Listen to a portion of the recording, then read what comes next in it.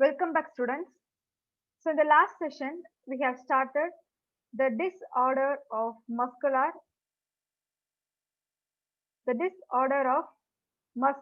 skeletal and muscular system, right? So, skeletal system la enna disorders varum and muscular system la enna disorders varumன்றத நம்ம last class la more start பண்ணிருந்தோம். And அதுல we have seen the first one is the myasthenia gravis. Myasthenia gravis பத்தி explain பண்ணிருந்தோம் and it is an autoimmune disorder or autoimmune disease கிடையாது disorder, it's a disorder. எப்படி இந்த autoimmune disorder வருதுன்றதை நம்ம பார்த்தோம் and how it affects the human body. ஒரு பர்சனுக்கு myasthenia gravis வந்ததுன்னா எப்படி இந்த actually affect பண்ணுன்றது நம்ம மென்ஷன் பண்ணிருந்தோம், ரைட்? எஸ்பெஷலி பாத்தீங்கன்னா autoimmune disorderல பொதுவா உங்களோட பாடியோட மூவ்மெண்ட்ஸ்ல இருந்து மசில்ஸ் டோட்டலா இது எல்லாமே அஃபெக்ட் பண்ணும். And tetanus we have also seen, right? Parathormone hormonal டெஃபிஷியன்சினால டெட்டானஸ் வரும்ன்றதை நம்ம மென்ஷன் பண்ணியிருந்தோம். And we have also seen that கால்சியமோட லெவல் அந்த இடத்துல ரெடியூஸ் ஆகுன்றதை நம்ம மென்ஷன் பண்ணியிருந்தோம். And muscle fatigue also I have explained that muscles contraction அப்படின்றது பண்ணாது, ரொம்ப கஷ்டப்படும். மசில்ஸ் கான்ட்ராக்ஷன் ரொம்பவே கஷ்டமா இருக்கும். அதுக்கான என்ன ரீசன்ஸ் அப்படின்றது எல்லாமே we have seen, right?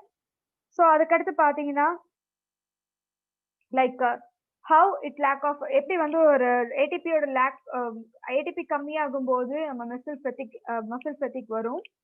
And அதே நேரத்தில் ஏடிபி லேக் ஆகும்போது ஆட்டோமேட்டிக்காக நம்மளோட மசில்ஸ் எந்த மாதிரியான ரெஸ்பிரேஷனுக்கு போகும் அப்படின்னு பார்த்தீங்கன்னா it undergoes anaerobic respiration and it produces lactic acid. Okay, so எப்பவுமே aerobic respiration இருக்கும்போது தான் we produce glucose.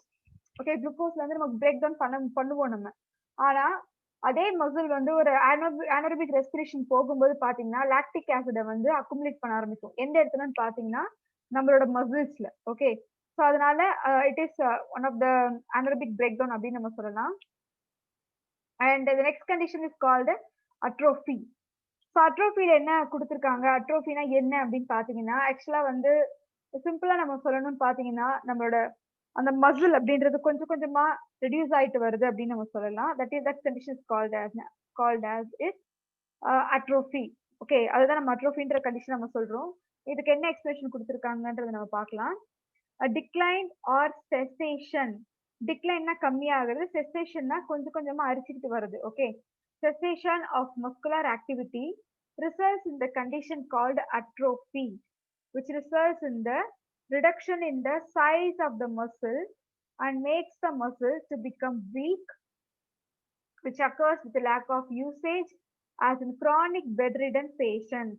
ஸோ இது ஃபர்ஸ்ட் என்ன பண்ணுது அப்படின்னு பார்த்தீங்கன்னா நம்மளோட மஸ்குலர் ஆக்டிவிட்டியை கொஞ்சம் கொஞ்சமா டிக்ளைன் பண்ணிட்டு வருது, கொஞ்சம் கொஞ்சமா ரெடியூஸ் பண்ணிட்டு வருது. ஓகே, ஸோ அப்படி ரெடியூஸ் ஆகிட்டு வரும்போது நமக்கு என்ன கண்டிஷனை லாஸ்ட் கொடுக்கும் அப்படின்னு பார்த்தீங்கன்னா அப்போ நம்மளோட மசிலோட ஆக்டிவிட்டிஸ் ரெடியூஸ் ஆகும். ஸோ மசில் ஆட்டோமேட்டிக்கா அது கொஞ்சம் கொஞ்சமா ரெடியூஸ் ஆக அந்த கண்டிஷன் நம்ம பேர் என்ன சொல்றோம் பார்த்தீங்கன்னா we call it as a atrophy.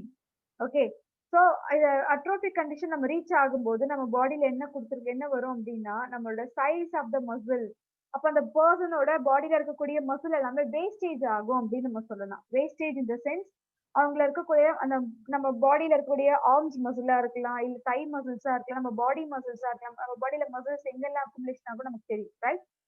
So அந்த மசில்ஸோட சைஸ் எல்லாமே கொஞ்சம் கொஞ்சமா என்ன ஆகுன்னு பார்த்தீங்கன்னா ரெடியூஸ் ஆகிட்டே வரும். ஓகே, ஸோ மசில்ஸ் எல்லாமே ரெடியூஸ் ஆகும், மசில் எல்லாமே வேஸ்டேஜ் ஆகும். அப்போ அந்த பர்சன் என்ன ஆவாங்க அப்படின்னு பார்த்தீங்கன்னா தே பிகம் வீக், ரொம்ப வீக் ஆவாங்க. அது என்ன ஆகும் அப்படின்னு பார்த்தீங்கன்னா it at last leads to lack of usage. So அவங்களால கண்டிப்பா ஒரு நார்மலா ருட்டீனா பண்றக்கூடிய ஒர்க்கை கூட அவங்களால நார்மலா செய்ய முடியாது. லைக் வாக்கிங்கா இருந்தாலும், ரன்னிங்கா இருந்தாலும், இல்லை ஜாகிங்கா இருந்தாலும், ஈவன் சம்திங் ஒரு நார்மல் ரொட்டீன் ஒர்க்கை கூட அவங்க பண்றதுக்கு ரொம்பவே கஷ்டப்படுவாங்க. பிகாஸ் இந்த இடத்துல மசில்ஸ் அப்படின்றது வேஸ்ட் ஆகுது இல்லையா? வேஸ்ட் ஆகிட்டே இருக்கிறதுனால அந்த பேஷண்ட்ஸ் என்னவா ஆயிடுவாங்க அப்படின்னு பாத்தீங்கன்னா கிரானிக் பெட்ரிடன் பேஷண்ட்ஸ். கிரானிக் பெட்ரிடன்னா we have already seen that acute and chronic ரெண்டு டேர்ம் நம்ம யூஸ் பண்ணிருக்கோம், ரைட்? ஸோ அக்யூட் அப்படின்னு பாத்தீங்கன்னா that is called short term. அக்யூட்ல நம்ம சொல்றது ஷார்ட் டேர்ம் நம்ம சொல்லுவோம். கிரானிக் அப்படின்றது என்னன்னு பாத்தீங்கன்னா கிரானிக் அப்படின்னா ப்ரொலாங்டு பீரியட். ஓகே, ரொம்ப ரொம்ப ரொம்ப ப்ரொலாங்டு பீரியட்ல இந்த பர்சன் என்ன பெட்ரிடன்னா படுக்கையிலேயே ஆயிடுவாங்க. ஓகே, ஐ மீன் மேக்ஸிமம் வந்து நம்ம யாரை வந்து அந்த ஸ்டேஜ்ல பார்ப்போம் அப்படின்னா வயசானவங்கள நம்ம பார்ப்போம் இல்லையா? நம்ம வீட்ல இருக்கக்கூடிய தாத்தாவோ இல்ல பாட்டியோ வயசானவங்க வந்து அவங்களால நடக்க முடியாது. அந்த மாரி ஏஜிங்கால என்ன ஆவாங்கன்னா பெட் ரிட்டன்ல இருப்பாங்க. பெட் ரிட்டன்னா படுத்த படுக்கையிலே இருக்கிறது. ஓகே. சோ அவங்களால ரொம்ப தூரம் நடக்க முடியாது. எழுந்து உட்கார்ந்தாலும் கொஞ்ச நேரத்துக்கு மேல அவங்களால இருக்க முடியாது.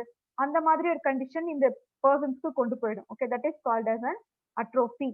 அப்போ கிரானிக் பெட் ரிடன் பேஷண்ட்ஸா இவங்கள ஆக்கிடுது அப்படின்னு நம்ம சொல்லலாம். ரைட்? அண்ட் அடுத்தது பாருங்க. ஸோ நெக்ஸ்ட் கண்டிஷன் என்னன்னு பார்த்தீங்கன்னா, it is called the muscle pull. Okay. It is called muscle pull. Muscle pull is actually a muscle tear. டியர்னா என்னன்னா கிழியிறது. ஓகே. நம்ம கண்ணீர்ன்றது வேற டியர். அது வேற. இது வந்து மசில் டியர் அப்படின்னு சொல்றாங்க. மசில் டியர் அப்படின்னா என்னன்னா, நம்ம மசில் புல்லுனால ஐ மீன் மசில் புல்ல தான் நம்ம வந்து மசில் டியர் சொல்றோம். மசில் வந்து கிழியிறது. மசில் வந்து கிழியுமா அப்படின்னு நமக்கு டவுட்ஸ் வரலாம். கண்டிப்பா மசில் கிழியும். அது எப்போ அப்படின்றது எல்லாமே நம்ம பார்க்கலாம். See here, a traumatic pulling of the fibers produces a tear known as sprain. So sprain ஆகும்போது என்ன கண்டிஷன்? ஸ்ப்ரெயின்னா நம்ம என்ன சொல்லுவோம்னா சுளுக்கு நம்ம சொல்லுவோம் இல்லையா? அப்போ அந்த சுளுக்கு எப்போ வரும் அப்படின்னு பார்த்தீங்கன்னா, ட்ரaumatic புல்லிங். நம்ம நம்ம நம்ம பாடியில இருக்கக்கூடிய மசில்க்கு ஒரு ஹை பிரஷர்ல இல்லன்னா வந்து நம்ம அதிகமான ஒரு ஒர்க் லோட குடுக்கும்போது, அப்ப என்ன ஆகும் அப்படின்னா, நம்மளோட மசிலோட ஃபைபர்ஸ் அப்படின்றது டேர் ஆக ஆரம்பிக்கும். ஓகே. It produces sprain. அதுதான் நம்ம வந்து சுளுக்கு அப்படின்றது நம்ம சொல்றோம்.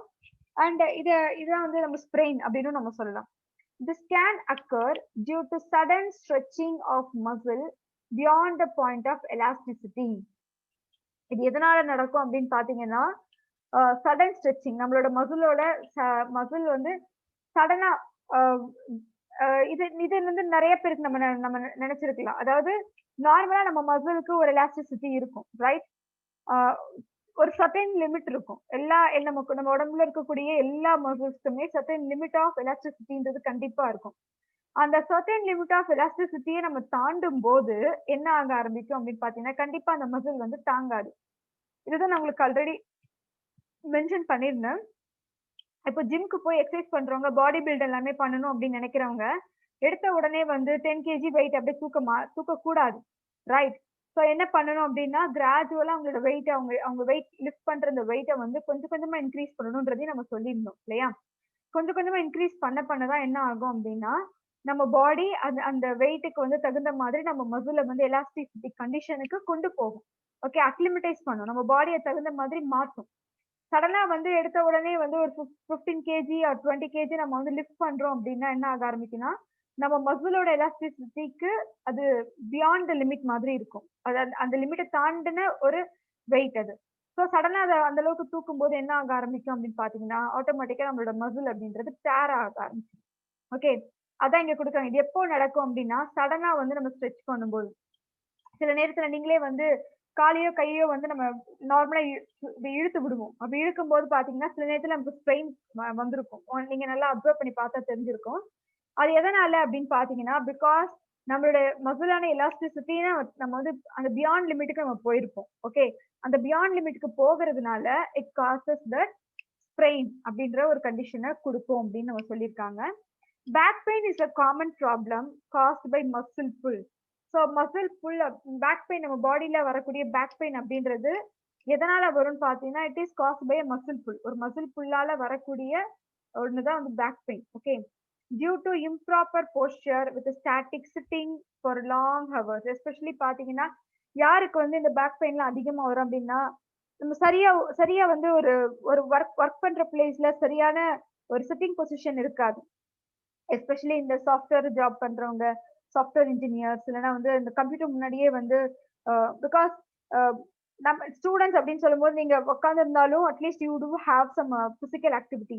நம்ம பிடி பீரியட் அந்த மாதிரி ஏதாவது இருந்துட்டு இருக்கோம் இல்லையா? ஆனா ஒரு அடல்ட்ஸ் அந்த மாதிரி வரும்போது பாத்தீங்கன்னா, they do have like especially இந்த கம்ப்யூட்டர்ல ஆப்ரேட் பண்றவங்க மார்னிங் 9ல இருந்து ஈவினிங் 6 வரைக்கும் பாத்தீங்கன்னா, அந்த லஞ்ச் பிரேக் அந்த டைம் தவிர மத்த நேரத்துல எழுந்திருக்கவே மாட்டாங்க. So they do have that very hectic life. ரொம்ப ஹெக்டிக்கான ஒரு பீரியடா தான் இருக்கும். அது என்ன பண்ணும் அப்படின்னு பாத்தீங்கன்னா, அவங்க சிட்டிங் பொசிஷனே வந்து இம்ப்ராப்பரா இருக்கும். ஒரு கம்ஃபர்டபுளா இருக்காது. ஸோ அந்த சிட்டிங் ரொம்ப நேரம் அப்படியே அதிலேயே இருக்க இருக்க என்ன ஆக ஆரம்பிக்கும்னு பாத்தீங்கன்னா, it causes back pain. Okay, அந்த பேக் பெயின் வரதுக்கான ரீசன் பாத்தீங்கன்னா நம்ம மசில் புல் தான் அப்படின்றத சொல்றாங்க. ரொம்ப நேரம் அது உட்காந்துருப்பாங்க. So morning 9 to 6 imagine, morning 9ல இருந்து ஈவினிங் 6 வரைக்கும் இமேஜின் பண்ணி பாருங்க. How much it last. அப்போ எத்தனை மணி நேரம் அது வந்து உட்காந்துருக்கணும் அப்படின்னு இமேஜின் பண்ணாலே உங்களுக்கே புரியும், ரைட்? ஸோ இதான் வந்து நம்ம மசில் புல் அப்படின்றத கொடுத்துருக்காங்க. Let us go to the next one. Next one is the muscular dystrophy. Okay, muscular dystrophy. Dys அப்படின்னாலே வந்து இதுவும் வந்து கிட்டத்தட்ட வந்து நம்ம பார்த்த அட்ரோபிக் கண்டிஷன் மாதிரி தான். இப்போ மஸ்குலர் டிஸ்ட்ரோஃபினா நம்ம என்னன்றதை பார்க்கலாம். The group of diseases collectively called the muscular dystrophy. அதாவது நிறைய டிசீஸ் எல்லாமே சேர்ந்து ஒரு ஒரு பர்சனுக்கு வரும்போது அந்த கண்டிஷன் நம்ம என்ன அதுவும் எஸ்பெஷலி மசில்ஸ் இங்க கொடுத்துருக்காங்க. ஓகே, மஸ்குலர் டிஸ்ட்ரோஃபின்றத மசில்ஸ் தான் இங்க நம்ம மென்ஷன் பண்றோம்.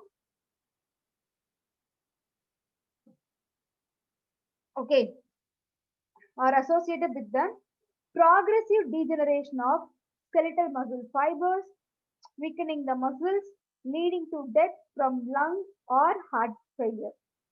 So இது என்ன பண்ணும் அப்படின்னா ஒரு குரூப் ஆஃப் டிசீஸ் காஸ் பண்ணுது. ஃபர்ஸ்ட் என்னென்ன கொடுக்குது அப்படின்னு பாத்தீங்கன்னா progressive degeneration of skeletal muscle fibre. நம்ம ஸ்கெலிட்டல் மசில் ஃபைபர்னா மசில் வந்து ஸ்கெலிட்டலோட அட்டாச் ஆகியிருக்கிற அந்த பார்ட்டை தான் நம்ம என்ன சொல்றோம் அப்படின்னு பாத்தீங்கன்னா ஸ்கெலிட்டல் மசில் ஃபைபர். ஓகே, அந்த ஸ்கெலிட்டல் மசில் ஃபைபரை இது இந்த மஸ்குலர் டிஸ்ட்ரோபிக் கண்டிஷன் அந்த பேஷண்ட்டுக்கு வரும்போது என்ன பண்ணும் அப்படின்னு பாத்தீங்கன்னா கொஞ்சம் கொஞ்சமா அந்த பர்சனோட பாடியில இருக்கிற அந்த ஸ்கெலிட்டல் மசில்ல டீஜெனரேட் பண்ணிக்கிட்டே வரும். ஓகே, டீஜெனரேஷனா கொஞ்சம் கொஞ்சமா அரிச்சுக்கிட்டே வரும்போது தென் அடுத்தது என்ன ஆகும், கண்டிப்பா அரிக்கும் போது வீக்கனிங் ஆஃப் மசில்ன்றது வீக் ஆக ஆரம்பிக்கும். கடைசியா அந்த பேஷண்ட் என்ன ஆவாங்கன்னா பிகாஸ் நம்ம பாடியில நிறைய muscles especially lung and heart சொல்லும் போது அதுலயும் மசில்ஸ் எல்லாமே இருக்கு, ரைட்? ஸோ அப்ப இது என்ன காஸ் பண்ணும் அப்படின்னு கொடுத்துருக்காங்கன்னா it at last leads to death. So அந்த பர்சன் வந்து டெத் அளவுக்கு கொண்டு போகும். என்ன ரீசனால இருக்கலாம் அப்படின்னு பாத்தீங்கன்னா ஒன்னு லங் வந்து சரியா ஃபங்க்ஷன் ஆகாததுனாலயோ இல்லைன்னா ஹார்ட் ஃபெயிலியரால கூட அந்த பர்சன் வந்து இறந்து போகலாம் அப்படின்றத கொடுக்குறாங்க. ஓகே, ரெண்டு ரீசனால இருக்கலாம். ஒன்னு லங் சரியா ஃபங்க்ஷன் ஆகாதுன்னா இல்லைன்னா ஹார்ட் ஃபெயிலியர் ஆனா. இது எந்த ரீசனுமே இதுல இருந்து மெயினா கொடுக்கல. The most common form of muscular dystrophy is called Duchenne muscular dystrophy. காமனா இருக்கக்கூடியது என்ன அப்படின்னா DMD சொல்றாங்க. That is called Duchenne muscular dystrophy. Okay, இதுதான் நம்ம muscular dystrophyல நம்ம சொல்றது, right? And next பாருங்க disorders of skeletal system. இப்போ skeletal systemத்துல இருக்கக்கூடிய disorders, இப்போ வந்து இதுக்கு முன்னாடி பார்த்தது we have seen muscular disorder, right? மசில்ஸ்ல இருக்கக்கூடிய டிசார்டர்ஸ் நம்ம மென்ஷன் பண்ணிருந்தோம் இல்லையா? இப்போ நம்ம பார்க்க போறது வந்து நம்ம ஸ்கெலிட்டல் சிஸ்டத்துல இருக்கக்கூடிய டிசார்டர்ஸ் எப்படி இருக்கும். ஓகே, ஸ்கெலிட்டல் சிஸ்டம் இதுக்கு முன்னாடி பார்த்தா மஸ்குலர் சிஸ்டம், அதுல ஆட்டோ இம்யூன் பார்த்தோம், தென் அட்ரோஃபி, மசில் புல், இது எல்லாமே நம்ம மசில்குலர் டிஸ்ஃபங்க்ஷன் எல்லாமே நம்ம பார்த்தோம். இப்போ வந்து ஸ்கெலிட்டல் சிஸ்டம்ல என்னன்றதை பார்ப்போம். அதாவது நம்மளோட போன் ரிலேட்டடா இருக்கக்கூடிய அந்த போன் ஸ்ட்ரக்சர்ல இருக்கக்கூடிய டிசார்டர்ஸ்லாம் என்னன்றதை நம்ம பார்க்க ஆரம்பிக்கலாம். ஓகே, ஸோ ஃபர்ஸ்ட் என்ன பாயிண்ட் எப்படி கொடுத்துருக்காங்கன்னா arthritis and osteoporosis are the major disorder of skeletal system. ஒரு ஸ்கெலிட்டல் சிஸ்டம் அப்படின்னு நம்ம சொல்லும் போது ஆர்த்ரிட்டிஸ், ஆர்த்ரோபோரோசிஸ் ரெண்டு ஆர்த்ரோ கிடையாது, ஆஸ்டியோபோரோசிஸ் ரெண்டுமே வந்து ஒரு மேஜரான ஸ்கெலிட்டல் டிசார்டரா சொல்றாங்க. ஆர்த்ரிட்டிஸ்னா நம்ம வந்து அதிகமா சொல்றது மூட்டு வலி அப்படின்னு நம்ம சொல்லுவோம் இல்லையா, அது. ஆஸ்டியோபோரோசிஸ் அப்படின்னா ஆஸ்டியோனா எந்த இடத்துல நீங்க ஆஸ்டியோ நம்ம ஸ்டடி பண்றோமோ அதோட மீனிங் என்னன்னு பாத்தீங்கன்னா போன். ஓகே, போனை தான் நம்ம என்ன சொல்லுவோம்னா ஆஸ்டியோ நம்ம சொல்லுவோம். போரோ அப்படின்னா ஐ மீன் என்ன சொல்றது போரஸ் ஆக்கிடும். போரஸ்னா இப்ப நம்ம ஸ்பாஞ்சஸ்ல கூட ஸ்டடி பண்ணிருப்போம் பொரிஃபெரா அப்படின்னு நம்ம சொன்னோம். பொரினா என்ன சொல்லியிருக்கேன், போர்ஸ் மாதிரி இருக்கும், அது ஓட்ட மாதிரி இருக்கும், போர் பியரஸ் அப்படின்னு நம்ம சொல்லுவோம். அதே மாதிரிதான் இங்கேயும் ஆஸ்டியோபோரோசிஸ்ல பாத்தீங்கன்னா இங்கேயும் வந்து என்ன பண்ணுன்னா அந்த போன்ல வந்து ஒரு போரஸ் மாதிரி ஹோல்ஸ் மாதிரி அந்த ஓட்ட மாதிரி கிரியேட் பண்ணிடும். ஓகே, இது ரெண்டு தான் வந்து நம்ம ஸ்கெலிட்டல் டிசார்டரா நம்ம மென்ஷன் பண்றோம். ரெண்டுமே என்ன பண்ணும் அப்படின்னு பாத்தீங்கன்னா நம்மளோட போனை வந்து வீக் ஆகும். அந்த போனை டோட்டலா வந்து கம்ப்ளீட்டா வீக் ஆகும். அதனால அந்த பர்சனுக்கு அதிகமான ப்ராப்ளம்ஸ் வரும். ஸோ ஓகே, உடம்புல நிறைய ப்ராப்ளம்ஸ் வந்து வர ஆரம்பிக்கும். So let us start with this arthritis. இப்போ ஆர்த்ரிட்டிஸ் பார்க்கலாம். Arthritis is an inflammatory or degenerative disease that damages the joints. Okay, இதான் நான் சொல்லியிருக்கேன். ஆர்த்ரிட்டிஸ் அப்படின்றது பொதுவா நம்ம சொல்றது மூட்டு வலி நம்ம சொல்லுவோம். அதாவது மூட்டு வலினா இதுக்கு முன்னாடி நம்ம joints different types of joints நம்ம பார்த்திருக்கோம், right? Ball and socket joints பார்த்தோம், தென் ஹிஞ்ச் ஜாயிண்ட், முட்டியில இருக்கக்கூடிய ஹிஞ்ச் ஜாயிண்ட்ஸ் நம்ம ஸ்டடி பண்ணோம். எங்கன்னு பாத்தீங்கன்னா ஃபீமர்லயும் டிபியா ஃபிபுலாவுக்கும் இடையில இருக்கிறது தான் நம்மளோட கால்ல இருக்கக்கூடிய முட்டி, லோவர் லிம்ல. அந்த டிபியா ஃபிபுலாவுக்கு சாரி ஃபீமருக்கும் டிபியா ஃபிபுலாவுக்கும் இன் பிட்வீன்ல அந்த நம்மளோட நீ இருக்கு இல்லையா, அந்த நீல இருக்கக்கூடிய ஜாயிண்ட் தான் நம்ம என்ன சொல்லணும் பார்த்தீங்கன்னா ஹிஞ்ச் ஜாயிண்ட் நம்ம மென்ஷன் பண்ணிருந்தோம், ரைட்? அந்த ஹிஞ்ச் ஜாயிண்டா இருக்கலாம், இல்லைன்னா நம்மளோட அப்பர் லிம்ல இருக்கக்கூடிய ஹியூமரஸ் அண்ட் ரேடியஸ் அல்னாவை ஜாயின் பண்ணக்கூடிய அந்த ஜாயிண்ட்ஸா இருக்கலாம். ரெண்டுமே ரொம்பவே இம்பார்ட்டன்டான ஒண்ணு. அதுவும் எஸ்பெஷலி வந்து நம்ம லாஸ்ட் கிளாஸ் நம்ம பார்க்கும்போது என்ன சொல்லியிருந்தோம்னா லோவர் லிம் தான் வந்து இருக்கிறதுலே வந்து ஸ்ட்ராங் ஆனது, ரொம்பவே வெயிட் ஆனதும் நம்ம மென்ஷன் பண்ணியிருந்தோம். எதை கம்பேர் பண்ணும்போதுனா ஃபோர் லிம் கம்பேர் பண்ணும்போது லோயர் லிம் தான் ரொம்பவே ஸ்ட்ராங் ஆனதுன்றதை நம்ம மென்ஷன் பண்ணியிருந்தோம், ரைட்? ஸோ அதனால இங்க என்ன சொல்ல வராங்க அப்படின்னா, அப்போ நம்ம ஏஜிங் ஆக ஆக நம்ம நார்மலா எழுந்திருக்கிற மாதிரி எழுந்திருப்போம். பட் ஆனால் என்ன ஆகும் அப்படின்னா நம்மளால நார்மல் ரொட்டீன் ஒர்க்கை ஃபங்க்ஷன் பண்ண முடியாது. எதனாலன்னு பார்த்தீங்கன்னா because of this arthritis. Aged ஆனவங்களுக்கு ஆர்த்ரிட்டிஸ் வருது காமனான ஒரு விஷயம் தான். ஓகே, ஏன்னா ஏஜிங் ஆக ஆரம்பிச்சாலே நம்ம பாடி வந்து it indicates that something is abnormal in our body. Okay, there are several types of arthritis. நிறைய arthritis இருக்கு, we will see one by one. Okay, arthritisனாலே மென்ஷன் பண்றது inflammatory or degenerative disease. இதுதான் நம்மளோட ஜாயிண்ட்ஸ் வந்து டேமேஜ் பண்றது தான் இதை கொடுத்துருக்காங்க. See here, osteoarthritis, rheumatoid arthritis, gouty arthritis or gout. So 3 types of arthritis நம்ம கிளாஸிஃபை பண்ணியிருக்கோம். ஃபர்ஸ்ட் பார்ப்போம். First one is the osteoarthritis. ஆஸ்டியோனாலே நான் சொல்லியிருக்கேன், ஆஸ்டியோனா போன் அர்த்தம். Okay, bone. So the bone ends of the knees and other freely movable joints wear away as a person ages. அதுவும் osteoarthritis எப்போ வரும் அப்படின்னு பார்த்தீங்கன்னா இட் இஸ் இது வந்து காமனா வந்து வயசானவங்களுக்கு வரக்கூடியது. ஓகே, போன் எண்ட் நம்ம சொல்றோம், end of the bone. End of the போன்ல அதுவும் நம்மளோட முட்டி இல்ல கையிலயோ கை முட்டிலையோ இல்லைன்னா வந்து எல்போலையோ இல்லைன்னா நம்மளோட லோவர் லிம்ல இருக்கக்கூடிய நீ போன்ஸ் கூட நம்ம எடுத்துக்கலாம். இது என்ன பண்ணும் அப்படின்னா வேற வந்து அதர் ஃப்ரீலி மூவபிள் ஜாயிண்ட்ஸ் கூட நம்ம எடுத்துக்கலாம். இது என்ன ஆகும் அப்படின்னா இது வந்து முக்கியமா வயசானவங்களுக்கு தான் வரும்ன்றாங்க. as a person ages, வயசு ஆகும்போது வரும். ஓகே, அடுத்தது பாருங்க, the joints of knee, hip, fingers and vertebral column are affected. ஏன் இது வந்து முக்கியமா வயசானவங்களுக்கு அப்படின்னு நம்ம கொடுத்துட்டாங்க. ஓகே, வயசானவங்களுக்கு நல்ல மீனிங் என்னன்னா so sure the person is going to be age. Ageing ஆக ஆக நம்ம பாடியில இருக்கக்கூடிய ஃபங்க்ஷன்ஸ் எல்லாமே ரெடியூஸ் ஆக ஆரம்பிக்கும், செல்ஸ் எல்லாமே ஏஜிங் ஆக ஆரம்பிக்கும். செல்ஸ் ஏஜிங் ஆக ஆரம்பிக்கும் போது we can easily say that நம்மளோட ஸ்கின் எல்லாமே வந்து காட்ட ஆரம்பிச்சிடும். நம்மளோட ஏஜிங் என்ன, நம்ம ஏஜ் என்னன்றது நம்ம ஸ்கின்னே வந்து நமக்கு வெளியே காட்டிடும் இல்லையா? அதுதான் வந்து நம்ம ஏஜிங் முக்கியமான ரீசனா சொல்லுவோம், சரி முக்கியமான ஒரு அடையாளமா நம்ம சொல்லலாம்.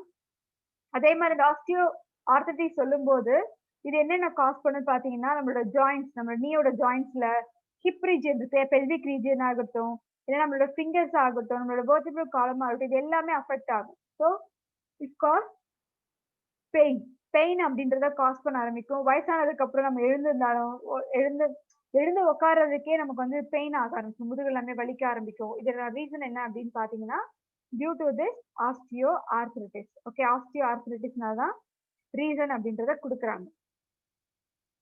ஓகே, ஸோ நெக்ஸ்ட் பாருங்க, second one is the rheumatoid arthritis. Okay, rheumatoid arthritis. Rheumatoid ஆர்த்ரிட்டிஸ்னா என்னன்றதை நம்ம பார்ப்போம். த சினோவியல் மெம்பரேன், சினோவியல் ஜாயிண்ட்ஸ் நம்ம எங்க மென்ஷன் பண்ணிருக்கோம் இல்லையா? இங்க பார்ப்போம். The synovial membranes become inflamed and there is no accumulation of fluid in the joint. synovial fluid எங்க இருக்கும் நம்ம சொல்லியிருக்கோம், நல்லா ஞாபகப்படுத்தி பாருங்க. நம்மளோட கால் முட்டி இருக்கு இல்லையா, அதாவது ஃபீமருக்கும் டிபியா ஃபிபுலாவுக்கும் இடையில இருக்கக்கூடிய அந்த ஜாயிண்ட் தான் நம்மளோட லோவர் லிம்ல அந்த நீ சொல்றோம். அந்த நீக்குள்ளதான் என்ன இருக்குன்னு பாத்தீங்கன்னா we have this type of synovial fluid. Okay, இப்போ அந்த synovial fluid என்ன சொல்றாங்க பாருங்க, the synovial membrane becomes inflamed. அந்த synovial fluid, synovial membrane அப்படின்றது வீங்க ஆரம்பிச்சிடும். synovial fluid மென்ஷன் பண்ணல, we are saying about the synovial membrane. Okay, அந்த synovial fluid inflammation ஆக ஆரம்பிக்கும். அப்போ அந்த இடத்துல இன்ஃப்ளமேஷன் ஆகும்போது அந்த இடத்துல வந்து ஃப்ளூயிட் அக்குமுலேஷன் ஆகுன்றத கொடுக்குறாங்க. ஓகே, ஃப்ளூயிட் இது இன்ஃப்ளமேஷன் ஆகுதுனாலே அப்போ ஆட்டோமேட்டிக்கா வீக் ஆக ஆக அந்த இடத்துல ஃப்ளூயிட் அக்குமுலேட் ஆகும் இல்லையா, அதான் கொடுக்குறாங்க. அடுத்து பாருங்க, the joints swell. ஸோ நம்மளோட முட்டின்றது வீங்க இருக்கு. வயசானவங்கனாலே நம்ம சொல்லும்போது பாத்தீங்கன்னா அந்த முட்டி எல்லாமே வீங்க ஆரம்பிச்சிடும் இல்லையா. the joints swell and become extremely painful. ரொம்ப பெயின்ஃபுல்லா தான் இருக்கும் அந்த டைம்ல பாத்தீங்கன்னா. அதுவும் வயசானவங்க அந்த மாதிரி நம்ம சொல்லும் போது ரொம்பவே உங்களுக்கு பெயின்ஃபுல்லா இருக்கும் அப்படின்னு நம்ம சொல்லலாம். It can begin at any age, but symptoms usually emerge before the age of 50. இது வந்து இது யாருக்குனாலும் வரலாம் அப்படின்னு சொல்லிட்டாங்க. ருமேட்டட் ஆர்த்ரைட்டிஸ் அப்படின்னு சொல்லும்போது யாருக்குனாலும் வரலாம்.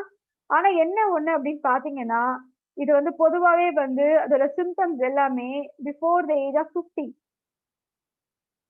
50 வயசுக்கு முன்னாடியே இதோட சிம்டம்ஸ் எல்லாமே காட்டும் அப்படின்றத கொடுத்துருக்காங்க. Okay, so it shows the symptoms before the age of 50 itself. 50 ஏஜ்லயே இதுக்கு வந்து காட்டிடும் அப்படின்றத கொடுத்துருக்காங்க.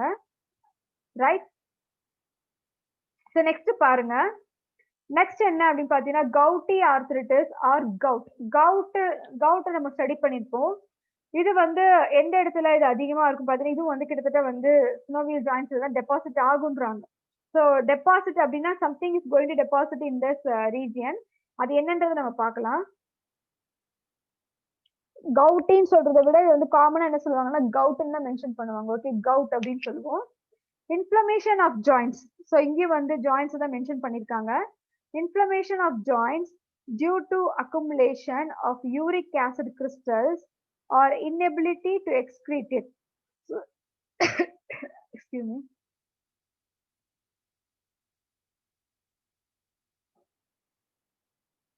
See here, in the last chapter we have seen the excrete system, right? Excretion எப்படி function ஆகும், and அந்த glomerulus, we have that glomerulus structure இருக்கு. அந்த glomerulus வந்து proximal tube இருக்கும், the Henle's loop இருக்கும், ascending descending, and we are also having that distal convoluted tubule. இப்போ ஒவ்வொரு டியூபிள்ஸ்ல இருந்தும் இல்ல ஒவ்வொரு Henle's loopல இருந்துமே நம்ம என்ன பண்ணோம் அப்படின்னா சில மெட்டீரியல்ஸ் வந்து ரீஅப்சார்ப்ஷன் பண்ணும், சிலதை வந்து அந்த யூரின்லே சென்ட் பண்ணும் நம்ம பார்த்துருந்தோம் இல்லையா. அப்போ பாத்தீங்கன்னா சில விஷயங்கள் வந்து சில மெட்டீரியல்ஸ் வந்து அப்படியே தான் எக்ஸ்கிரீட் பண்ணுச்சு. அதுல பாத்தீங்கன்னா கிரியாட்டினின் அப்படியே எக்ஸ்கிரீட் ஆயிடும், uric acid little bit excrete ஆகும், சில இது வந்து எடுத்துக்கும்.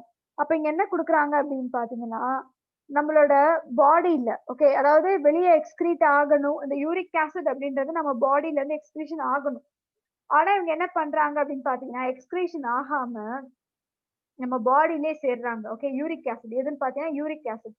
ஸோ யூரிக் ஆசிட் நம்மளோட ஜாயின்ஸ்ல நம்ம பாடியிலே அக்குமுலேட் ஆகுறாங்க. அந்த அக்குமுலேஷன் ஆகும்போது அது நேரா எங்க போகுது அப்படின்னு பாத்தீங்கன்னா நம்மளோட ஜாயின்ஸுக்கு அது போயிடுது. ஓகே, அதான் கொடுத்துருக்காங்க. Inflammation of joints due to accumulation of uric acid crystals. Uric acid crystals சேர்றதுனால என்ன ஆக ஆரம்பிக்கும் அப்படின்னு பாத்தீங்கன்னா இந்த கவுட் அப்படின்றது வர ஆரம்பிக்கும். இல்லைன்னா இதுக்கு இன்னொரு ரீசன் என்ன கொடுத்துருக்காங்க பாருங்க, இனபிலிட்டி டு எக்ஸ்கிரீட் இட். அதை வந்து நம்ம எக்ஸ்கிரீட் பண்ண முடியாது. ஓகே, எக்ஸ்கிரீஷன் பண்ண முடியாததுனால இட் பிகம் நம்மளோட ஜாயின்ஸ் எல்லாமே இன்ஃப்ளமேஷன் ஆக ஆரம்பிச்சிடும். ஓகே, இதுக்கும் இன்ஃப்ளமேஷன் ஆஃப் ஜாயின்ஸுக்கும் இந்த யூரிக் ஆசிடுக்கு என்ன சம்மந்தம் அப்படின்னு பாத்தீங்கன்னா, யூரிக் ஆசிட் கண்டிப்பா எக்ஸ்கிரீஷன் ஆகணும் நம்ம பாடியில இருந்து. அப்படி எக்ஸ்கிரீஷன் ஆகல அப்படின்னா அந்த அந்த யூரிக் ஆசிட் வந்து எந்த இடத்துல போய் டெபாசிட் ஆகும் அப்படின்னு பாத்தீங்கன்னா நம்மளோட ஜாயின்ஸ்ல போய் டெபாசிட் ஆகுது. அதான் செகண்ட் பாயிண்ட்ல கொடுத்துருக்காங்க பாருங்க. யூரிக் இட் அப்படின்றது ரெப்ரசென்ட் பண்றது uric acid. Okay, the uric acid gets deposited in synovial joints. நம்மளோட கால் முட்டி இருக்கு இல்லையா, நம்மளோட லோவர் லிம்ல இருக்கக்கூடிய அந்த நீ ரீஜன்ல இந்த இந்த யூரிக் ஆசிட் கிறிஸ்டல்ஸ் அப்படின்றது போயிட்டு அக்குமுலேஷன் ஆகுது. அப்படி அக்குமுலேஷன் ஆகும்போது நம்மளோட முட்டி அப்படின்றது இன்ஃப்ளமேஷன் ஆகுதுன்றத கொடுக்குறாங்க. ஓகே, இதுதான் நம்ம கவுட்டி ஆர்த்ரைட்டிஸ் ஆர் கவுட் அப்படின்றத மென்ஷன் பண்ணிருக்கோம். ரைட், ஸோ நெக்ஸ்ட் பார்ப்போம். ஸோ நெக்ஸ்ட் கண்டிஷன் என்ன அப்படின்னு பாத்தீங்கன்னா ஆஸ்டியோபோரோசிஸ். ஆஸ்டியோபோரோசிஸ் நான் சொல்லியிருக்கேன். Osteo means bone, poro means that porous-ஆ இருக்கும், ஈஸியா பிரேக் ஆகும் அப்படின்னு நம்ம சொல்லலாம். Okay, it occurs due to deficiency of vitamin D and hormonal imbalance.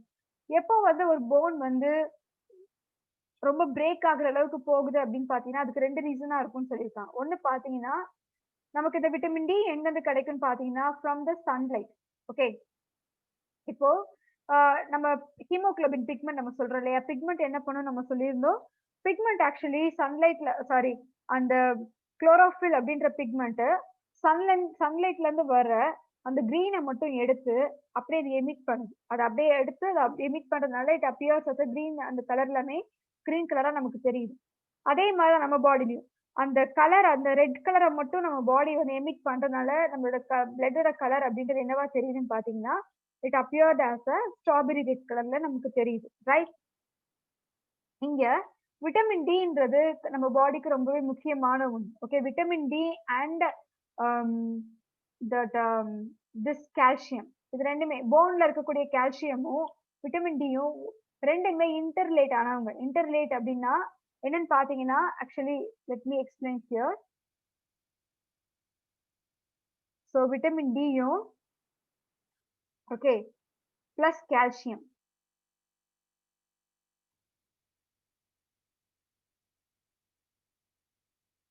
Right, CALCUIM. So ரெண்டுமே வந்து இன்டர்லேட் ஆனவங்க நம்ம சொல்லலாம். இந்த விட்டமின் டி எங்கிருந்து நமக்கு கிடைக்கும்னு பாத்தீங்கன்னா it is getting from the sunlight. நமக்கு இது வந்து சன்லைட்ல இருந்து சோலார்ல இருந்து நமக்கு கிடைக்கும் இந்த விட்டமின் டி. ரைட், ஆனா அந்த கால்சியம் அப்படின்றது நமக்கு வெளியிருந்து கிடைக்கிறது ஃபுட்டு மூலமா தான் கிடைக்கும். நம்ம எக்கு, மில்க், அந்த கால்சியம்ல இருக்கக்கூடிய கால்சியம் ஃபுட் சப்ஸ்டன்ஸ் நம்ம இதெல்லாம் எடுத்துக்கிறோமோ அதுல இருந்து கிடைக்கும். இப்போ இந்த சோலார் எனர்ஜில இருந்து நமக்கு விட்டமின் டி கிடைக்குது, கால்சியம் ஃபுட்ல இருந்து இருக்குது. இது ரெண்டுமே இருந்தா மட்டும்தான் நம்ம பாடி வந்து அந்த கால்சியம் நம்மளோட போன்ல ஸ்டோர் பண்ணும். What is role of this vitamin D அப்படின்னு பாத்தீங்கன்னா, இப்ப நம்ம ஃபுட்ல இந்த கால்சியம் எடுக்கிறோம் இல்லையா, அது எக்கா இருக்கலாம், இல்லைன்னா மில்கா இருக்கலாம், எந்த ஒரு சப்ஸ்டன்ஸ்னாலும் இருந்துட்டு போகலாம். இப்போ இதை வந்து நம்ம எப்படி எடுப்போம் அப்படின்னு பாத்தீங்கன்னா, எப்படி நம்ம பாடியில அக்குமுலேஷன் ஆகும் அப்படின்னு பார்க்கும்போது இந்த விட்டமின் டி வந்து சன்லைட்ல இருந்து கிடைச்ச இந்த விட்டமின் டி நம்ம பாடியில நம்ம எடுத்துக்க ஃபுட்டு மூலமா எடுத்துக்கூடிய இந்த கால்சியமை எடுத்துட்டு போய் போன்ல போய் இவங்க சேர்த்து விடுவாங்க. எதுன்னு பார்த்தீங்கன்னா vitamin D. Okay, so vitamin D plays in very important role for the deposition of calcium in our போன்ல டெபாசிட் பண்றது இவங்க முக்கியமான வேலையா இருப்பாங்க. இப்போ விட்டமின் டி இல்லைன்னு இமேஜின் பண்ணுங்க, ஒரு பர்சன் வந்து சன்லைட்ல போகவே மாட்டாங்க, அந்த பர்சனுக்கு விட்டமின் டியே வந்து சிந்தசிஸ் ஆகாது இல்லையா. அப்படி சிந்தசிஸே ஆகலை அப்படின் போது என்ன ஆக ஆரம்பிக்குன்னு பாத்தீங்கன்னா அவங்க நிறைய கால்சியம் எடுத்துக்கிறாங்க, நிறைய வந்து மில்க் எடுத்துக்கிறாங்க, நிறைய எக்ஸ் எடுத்துக்கிறாங்க, ஆனாலும் அவங்க பாடியில அது வந்து கால்சியம் சேரலை அப்படின்னா because of the absence of vitamin D. ஏன்னா விட்டமின் டி அவங்களுக்கு இல்ல, விட்டமின் டி இல்லாததுனால அந்த பர்சன் என்ன ஆயிடுவாங்கன்னு பாத்தீங்கன்னா அவங்க பாடியில கால்சியம் அப்படின்றது இருக்காது. ஓகே, அப்போ இப்போ கால்சியம் நம்ம எடுத்துக்கிறோம், அதுக்கு தகுந்த மாதிரி விட்டமின் டி நம்ம எடுக்கிறோம், சன்லைட்ல நம்ம நிக்கிறோம், எக்ஸசைஸ் பண்றோம், இல்ல வெளியே நம்ம வாக்கிங் போறோம், அந்த மாதிரி டைம்ல எல்லாம் அதுக்காக சன்லைட் எனக்கு அதிகமா வேணும் அப்படின்றதுக்காக நம்ம அந்த உச்சி வெயில மிட் நூன்ல இருந்து ஒரு 12 மணிக்கு உச்சி வெயில நம்ம நிக்க கூடாது. அந்த டைம்ல நமக்கு விட்டமின் டி சிந்தசிஸ்லாம் நம்ம ஸ்கின் ஆக்சுவலி ப்ரொடியூஸ் பண்ணாது. எந்த டைம்ல ப்ரொடியூஸ் ஆகும்னு பாத்தீங்கன்னா இயர்லி மார்னிங் இருக்கக்கூடிய அந்த சன்ரைஸா இருக்கும். ஸோ அந்த நேரத்துல நமக்கு விட்டமின் டின்றது நல்லாவே நமக்கு கிடைக்கும். அதனாலதான் என்ன சொல்லுவாங்க பாத்தீங்கன்னா இயர்லி சன்ரைஸ் பாக்குறது நம்ம பாடிக்கு நல்லது அப்படின்னு சொல்லுவாங்க. என்ன ரீசன்னா because it produces vitamin D in our skin. Okay, vitamin D அது ப்ரொடியூஸ் பண்ணும், அதனாலதான் கொடுத்துருக்காங்க. ஸோ நம்ம பாடி ரெகுலேட் ஆகணும், ஃபங்க்ஷன் ஆகணும் அப்படின்னா விட்டமின் டியும் முக்கியம், கால்சியமும் இம்பார்ட்டன்ட். ஓகே, இப்போ இந்த ஆஸ்டியோபோரோசிஸ் எதனால வரும்னு பாத்தீங்கன்னா இந்த விட்டமின் டி இல்லாததுனால வரும்ன்றாங்க. டெபிஷியன்சி ஆஃப் விட்டமின் டினால இருக்கலாம், இல்லைன்னா ஹார்மோனல் இம்பேலன்ஸ்னாலையும் இருக்குன்றத கொடுக்குறாங்க. The bone becomes soft and fragile. So இப்போ விட்டமின் டி இல்லைனாலே ஆட்டோமேட்டிக்கா என்ன ஆக ஆரம்பிச்சுன்னு நான் சொல்லியிருக்கேன், கால்சியம் எதுவுமே இருக்காது. அப்போ போன் என்ன ஆக ஆரம்பிச்சுன்னா ரொம்ப சாஃப்ட் ஆயிடும், ஃப்ரெஜைலா இருக்கும், பிரேக் ஆகுற அளவுக்கு இருக்கும். Okay, it causes rickets and children and osteomalacia in adult females. Rickets அப்படின்னா எப்படி இருக்குன்னு பாத்தீங்கன்னா பவுட் லெக்னு சொல்லுவாங்க. அந்த கால் முட்டி பாத்தீங்கன்னா நெக்ஸ்ட் டைம் இமேஜ் கிடைச்சுன்னா நான் எடுத்து உங்களுக்கு நான் கொடுக்குறேன், நான் முடிஞ்ச அளவுக்கு எடுத்து கொடுக்க ட்ரை பண்றேன். பவுட் லெக்ஸ் அப்படின்னு சொல்லுவாங்க. இப்போ நான் ஷார்ட்டா அதை முடிக்கிறேன், நெக்ஸ்ட் இதுல கூட நான் உங்களுக்கு எக்ஸ்பிளைன் பண்ணிட்டு அடுத்த செக்ஷன் நம்ம போகலாம். Okay, can be minimise with adequate calcium intake vitamin D intake and regular physical activities. இதனால பண்ணோம்னா osteoporosis நம்ம ரெடியூஸ் பண்ணலாம் அப்படின்றத கொடுக்குறாங்க. Okay. Okay, students, here with I conclude this session and we will continue in the next class. Thank you.